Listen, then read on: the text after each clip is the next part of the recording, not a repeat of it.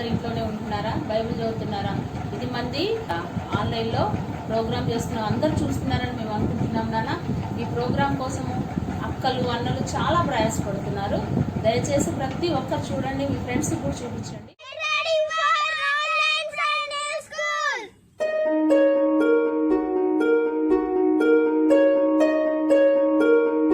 ప్రార్థన చేసుకుందాం. తలలోంచి కళ్ళు మూసుకుందాం. పరిశుద్ధమైన మా తండ్రి, నీకు స్తోత్రాలు. మరొక ఆదివారంలోనికి మేము అడుగుపెట్టి ఉన్నాం. పిల్లల పాటల ద్వారా నాయనా, వాక్యము ద్వారా హృదయాలు కదిలించబడాలి. ప్రభా, నీ వాక్యం వింటున్నప్పుడు ప్రభా, బిడ్డల హృదయాలలో మార్పును తీసుకొని వచ్చి ప్రతి ఒక్కరి జీవితాన్ని సరిచేసుకునే కృపను, భాగ్యమును దయచేయండి. ఇలాగ ప్రభా, ఆన్లైన్ సండే స్కూల్ మేము జరుపుకోవడానికి నాయనా నీవు ఇస్తున్న సహాయాన్ని బట్టి నీకు వందనాలు. అలాగే తల్లిదండ్రుల సహకారంను బట్టి కూడా వందనాలు చెల్లిస్తూ నాయనా ముందుకు ఇలాగే కొనసాగింప చేయమని యేసు ఉన్నత నామం అడుగుచున్నాము తండ్రి. ఆమెన్.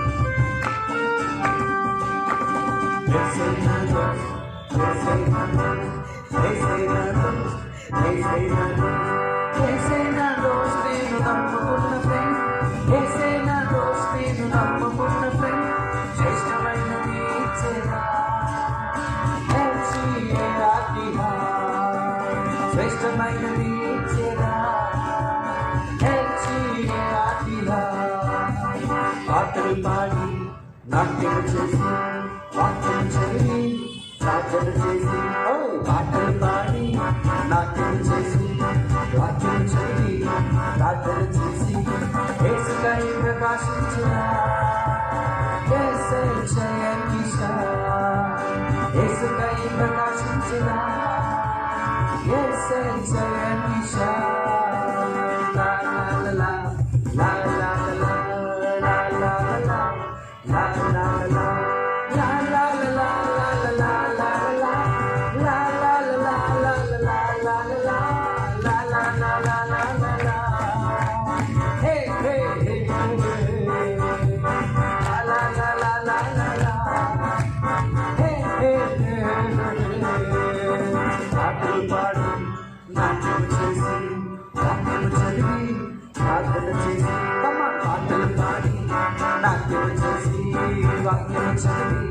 ప్రార్థన చేసి యేసుకై ప్రకాశించదా యేసే జయకిషా, యేసుకై ప్రకాశించదా యేసే జయకిషా.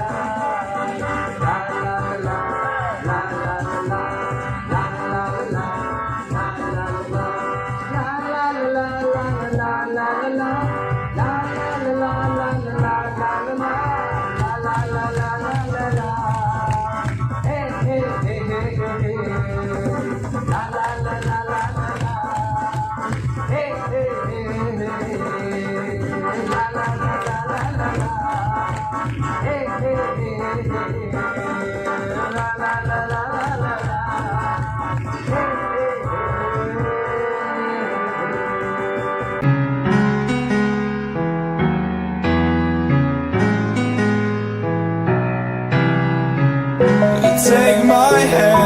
పిల్లలు బాగున్నారా?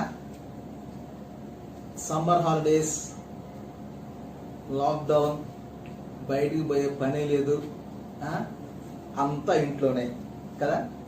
మీ ఆటలే కానీ, మీ పాటలే కానీ, మీ పనులన్నీ ఇంట్లోనే, బయటకు వచ్చే పరిస్థితి లేదు. ఓకే, అయితే ఈ టైంలో మీరు ఇష్టం వచ్చిన పనులు చేయకుండా, మరి పెద్దవాళ్ళందరూ కూడా, మన సండే స్కూల్లో ఉన్న పెద్దవాళ్ళందరూ కూడా ఒక ఆలోచన చేసి మీ వద్దకి ఆన్లైన్ ద్వారా మరి యొక్క సండే స్కూల్ పాటలు కానీ, కథలు కానీ, ప్రార్థనలు కానీ మీ ఇంటికే తీసుకురావాలనే ఆలోచన మరి చేసి ఈ విధంగా అందరూ కలిసి మరి కార్యక్రమం జరిపిస్తున్నారమ్మా.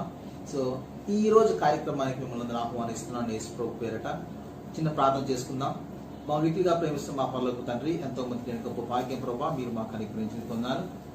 ఈరోజు నేను ఒక చిన్న స్టోరీ నేను పిల్లలకు చెప్తుండగా తోడుగాని సహాయం చేయబడినాడుతూ యేసుక్రీస్తు నామములో ప్రార్థన విజ్ఞాపన చేసిన తండ్రి. ఆమేన్ ఆమేన్ ఆమేన్.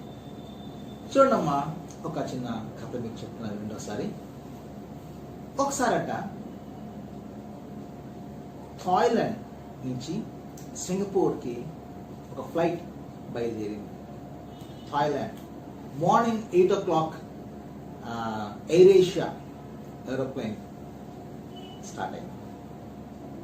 సో అందరూ ప్రయాణికులందరూ కూడా వాళ్ళ సామాన్లు సర్దుకొని చక్కగా అందరూ ఎయిర్పోర్ట్కి వచ్చేసి అందరూ ఏరోప్లేన్ ఎక్కారు. చక్కగా అందరూ నవ్వుతా సరదాగా ఉన్నారు అందరూ. ఎప్పుడైతే ఏరోప్లేన్ లోపలికి ఎక్కారో ఎంట్రన్స్ దగ్గరే ఎయిర్ హోస్టెస్ ఉంటారు. వాళ్ళందరూ కమ్ ఆన్ వెల్కమ్ అని చెప్పి అందరినీ ఎక్కుతున్న ప్యాసింజర్స్ అందరినీ ఒకసారి బోర్డింగ్ టికెట్ చూసి మీరు కూర్చోండి అని చూపిస్తా ఉన్నారు. అందరూ లోపలికి ఎక్కేశారు, ఎక్కి కూర్చున్నారు, ఎవరి ప్లేస్ లో చక్కగా కూర్చున్నారు. So aeroplane is ready to take off. అందరూ వాళ్ళ ప్లేస్ లో చక్కగా కూర్చున్నారు, సరదాగా మాట్లాడుకుంటా ఉన్నారు. పైలట్ ఒక్కసారిగా ఏరోప్లేన్ స్టార్ట్ చేశారు. స్టార్ట్ చేసి డోర్స్ అన్ని క్లోజ్ చేసుకొని స్టార్ట్ చేసుకొని టేక్ ఆఫ్ స్టార్ట్ చేసింది.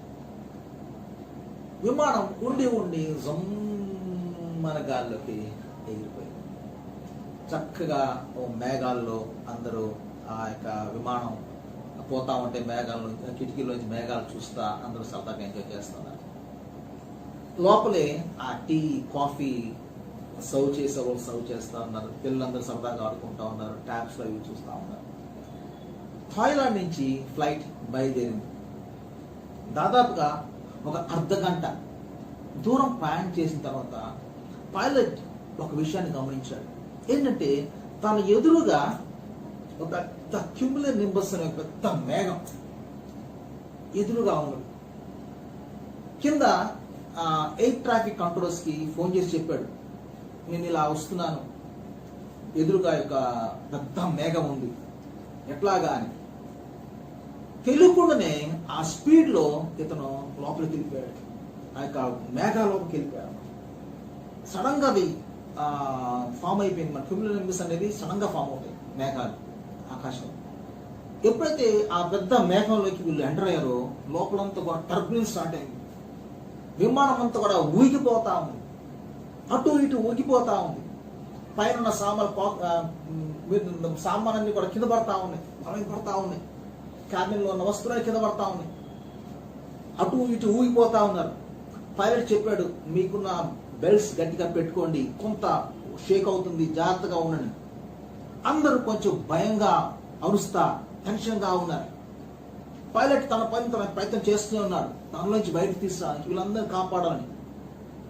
కింద ఉన్న ఏటీసీతో వాళ్ళు ఫోన్ చేసి ఇది పరిస్థితిని ఎట్లా బయటకు వస్తే, ఏ రూట్ నుంచి బయటకు వస్తే త్వరగా బయటకు రావచ్చు. అంత భయంకర పరిస్థితులు. కొంతమంది అరుస్తా ఉన్నారు, గాడ్ సేవ్ మీ అరుస్తా ఉన్నారు. భయంకర పరిస్థితి. ఇంత టెన్షన్ లో కూడా పిల్లలు, ఓ పాప చక్కగా కిటి దగ్గర కూర్చొని ఏదో బొమ్మతో ఆడుకుంటా ఉందంట. పక్కన కూర్చుని అడిగాడు, ఏయ్ ఆరు మ్యాడ్, మనం చూడ ఎలాంటి పరిస్థితిలో ఉన్నాం, విమానం అసలు అతలాపతనం అయిపోతుంది, పడిపోయేటట్టుంది, భయంగా ఉంది, ప్రాణం కోసం అరుస్తున్నాం, దేవుడే అరుస్తున్నాం. ఇలాంటి పరిస్థితుల్లో అంత ధైర్యంగా ఎలా ఉన్నావు అంటే, ఈ పాపం కదా, డోంట్ వరీ అంకుల్, ఈ ఏరోప్లేన్ నడిపి పైలట్ మా డాడీ. మీ అందరి సంగతి నాకు తెలియదు కానీ మా డాడీ నన్ను ఒక్కదాన్ని కాపాడడానికైనా ఈ ఫ్లైట్ ని ఏదో విధంగా ఆయన చక్కగా ల్యాండ్ చేస్తాడు. ఎందుకంటే మా డాడీ దాదాపుగా 10-15 సంవత్సరాల నుంచి పైలట్ గానే పనిచేస్తాడు. ఇట్లాంటి ఆయన ఎన్నో చూసుంటాడు.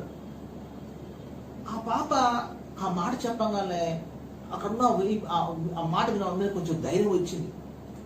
ఆ పైలట్ ఏదో విధంగా మమ్మల్ని క్షేమంగా బయట తీసుకొస్తాడు.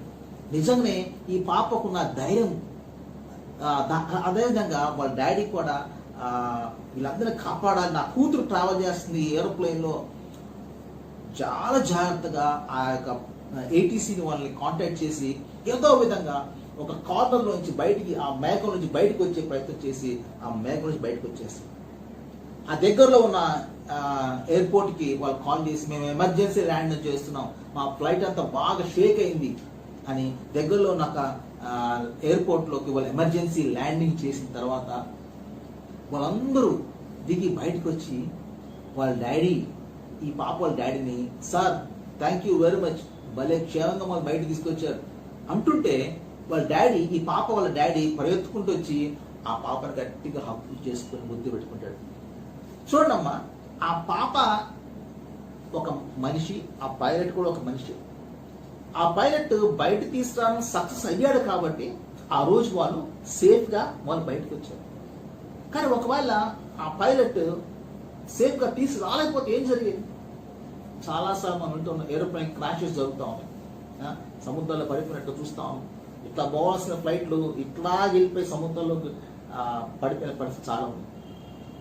చూడండి దేవుని బిడ్డలారా, ఒక మాట మీకు చెప్తాను ఏంటంటే, మనకి కీర్తన 34వ కీర్తన 7వ వచనం ఏంటంటే, యెహోవా యందు భయభక్తులు గల వారి చుట్టూ దేవుని దూత కావలి ఉండి వారిని రక్షిస్తారు.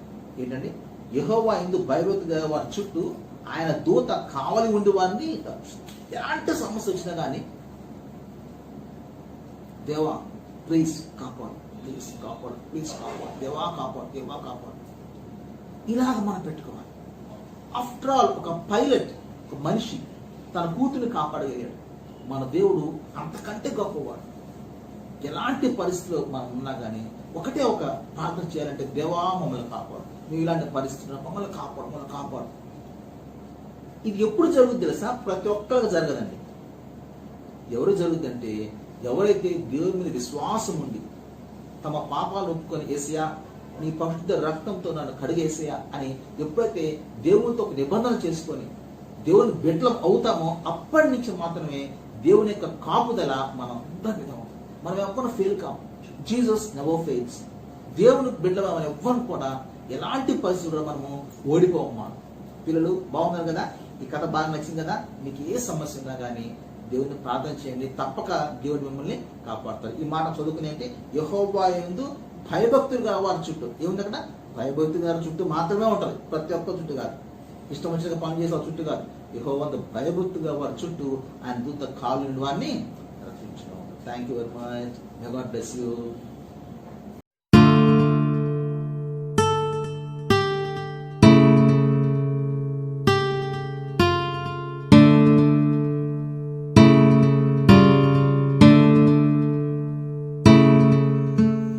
మాకు బలమును ఆశ్రయదుర్గమును అయిన దేవ, మీ పాద సన్నిధిలో ప్రార్థన చేస్తున్నాం. మేము ఒంటరిగా ఉన్నాము అనుకున్న ప్రతి పరిస్థితుల్లో మీరు మాకు తోడుగా ఉండండి. వాక్యాన్ని ప్రభా నిన్న బిడ్డల హృదయాలలో ఈ కార్యము జరిగించి బిడ్డలకు తోడుగా ఉండి నడిపించమని ప్రార్థన చేస్తూ ఉన్నాం. నీ కృప, నీ దీవెన, నీ ఆశీర్వాదాలు నీ బిడ్డల మీద ఉంచి వారిని బట్టి వారి కుటుంబాలను, మా సండే స్కూల్ కుటుంబాలందరినీ ప్రభా మీరు దీవించండి. ఈ భయానకమైన పరిస్థితుల్లో మాకు బలమైన ఆశ్రయదుర్గమై మాకు తోడుగా ఉండి నీ మీద ఆనుకునే కృప దయచేయమని కోరుతూ యేసు ఉన్నత నామమున అడుగుచున్నాము తండ్రి.